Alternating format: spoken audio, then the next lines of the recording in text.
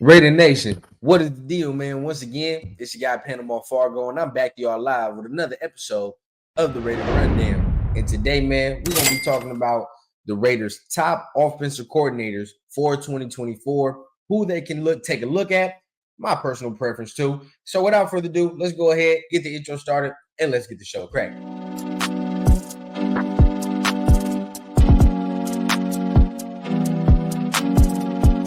As a young guy, I had a dream that someday I would build the finest organization in professional sports.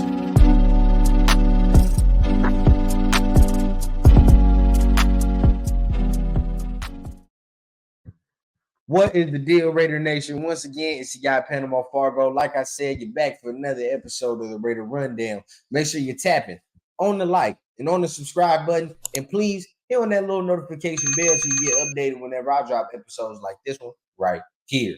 But like I was saying, man, we're going to go over the Raiders' top offensive coordinators for 2024. Some people who are available, who the Raiders can get, right?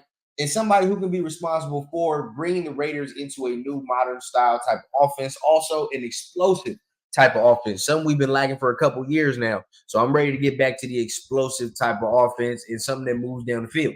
So without further ado, let's go ahead and get the names cracking off. And the first name I have for you guys is Byron Leftwich.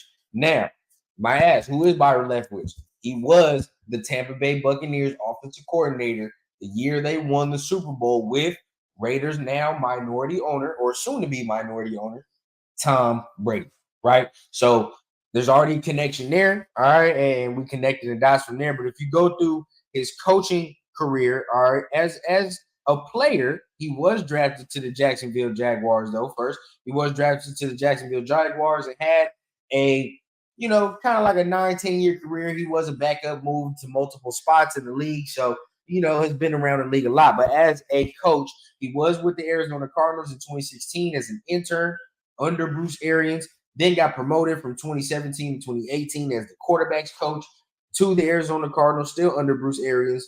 Under 2018 was named the interim offensive coordinator. Once, I just said the name, but it just escaped me. Once Bruce Arians then moved to Tampa Bay, he then moved with Bruce Arians to go as their offensive coordinator in 2019 to 2022, and he was fired this year under Todd Bowles. So the biggest thing that you have to look at in 2020, Bruce Arians delegated the play calling to Byron Leftwich, and that is the same year they won the Super Bowl. So that year, that offense was very explosive, moved down the field. Now, of course, you had Tom Brady, but Bruce Arians and of that tree has shown that offense likes to go down the field. They like to be explosive. So if you get a guy with a nice arm, you'll be able to do some things. Obviously, taking care of the ball is a big thing in that offense. Also, didn't really run the ball as much as I like, but you have Josh Jacobs, so that can make any coach say, all right, bro, we're going to have to give your boy 20 carries. I mean, it's a must. So looking at that, I think that Byron Leftwich is a good first name for the Raiders to look at as the next offensive coordinator in 2024. Now, going into my next name. Next name would be Ken Dorsey, and that is the former Buffalo Bills offensive coordinator. Now, some of you may be asking, he got fired, so why are we looking at him? He just got fired this year. The Bills aren't as good as they should be, and that is true. But at the end of the day, if you watch the Bills, can you really blame it all on Ken Dorsey? I think some of that, there's a lot of blame to go around between the head coach and blame to go around to the quarterback. But I believe he was a scapegoat. They just lost a game too, so I believe he was a scapegoat. But was helping instill a very explosive pass game, a very explosive offense, and at the same time helped develop Josh Allen as well. So if we go through his coaching tenure, was with the Carolina Panthers from 2013 to 2017 as a quarterbacks coach. All right, now you're going to notice a pattern as well in some of these coaches that I want to hire when we talk about developing quarterbacks, also the type of quarterbacks they worked with. Think about it. All right, so he was with Carolina as the quarterbacks coach from 2013 to 2017, who was Carolina's quarterback in those times. All right, then transitioned to the Buffalo Bills in 2019 and 2020 as just the quarterbacks coach. Who was he developing in this time? Okay, now going from there, he was then promoted to the Bills passing game coordinator and quarterbacks coach in 2021. Okay, explosive offense in 2021 he was a part of. And then was the sole primary offensive coordinator in 2022 to this year. So has a lot of experience.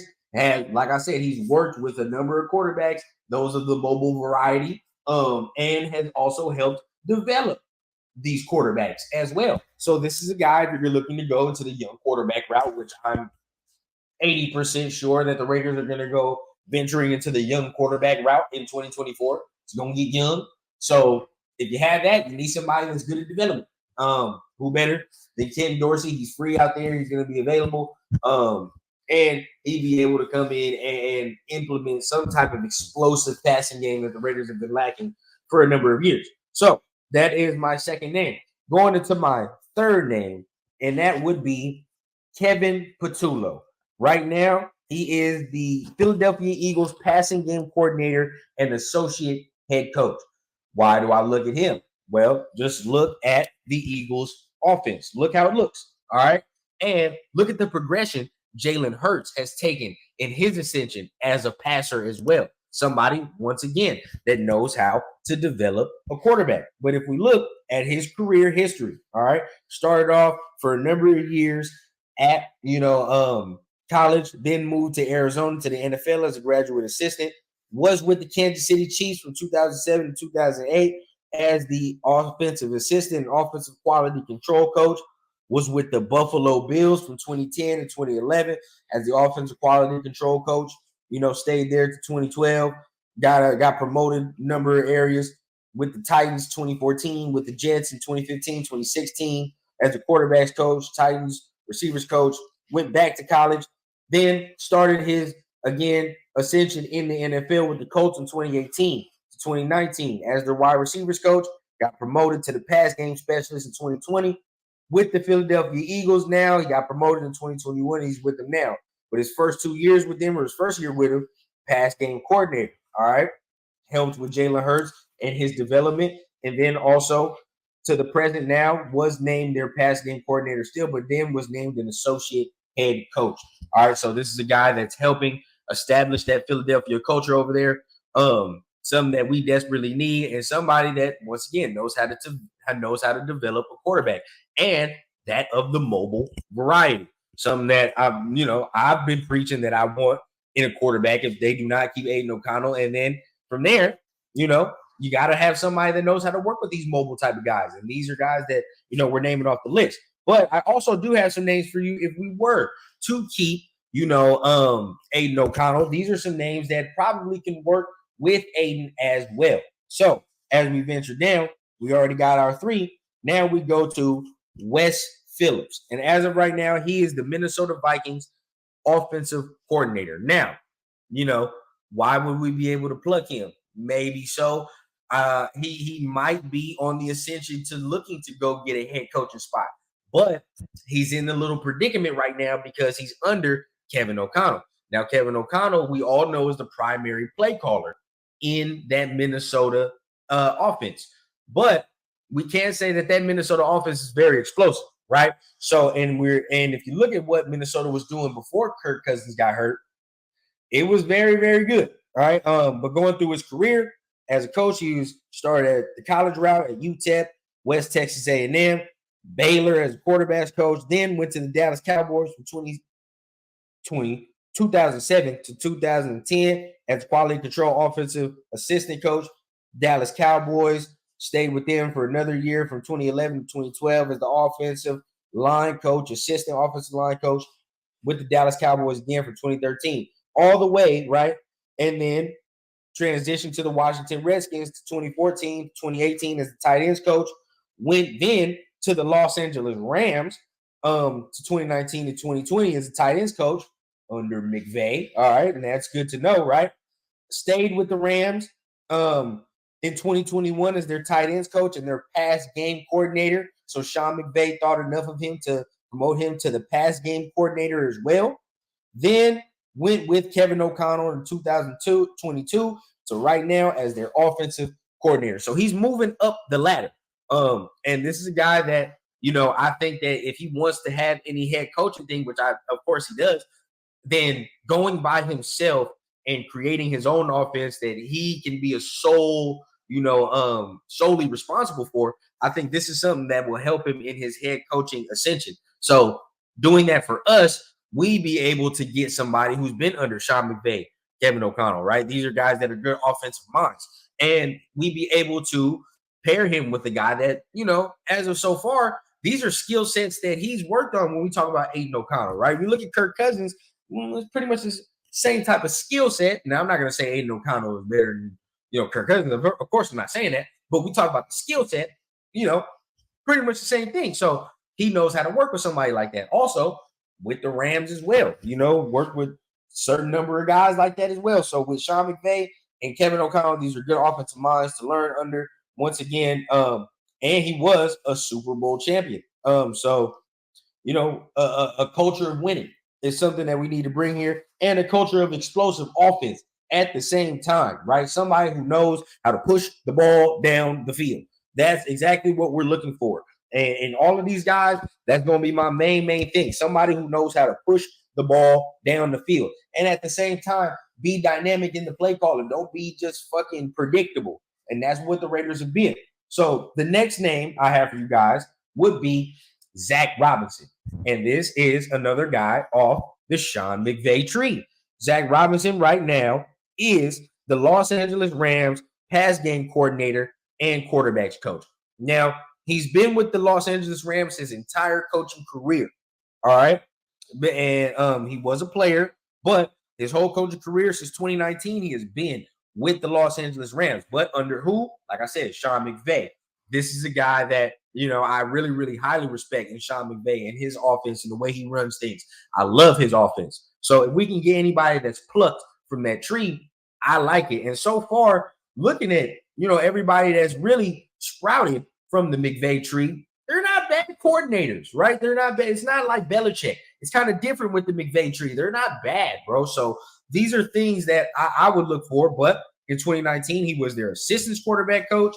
Then he moved to the wide receivers assistant coach in 2020, moved to assistant quarterbacks coach again in 2021. And then he got promoted to the pass game coordinator and quarterbacks coach. So Sean McVay is promoting him as he goes along. No longer assistant. He's the sole quarterbacks coach, pass game coordinator. Now he's a little young, all right, and he was with them when they won the Super Bowl as well, but he's a little young.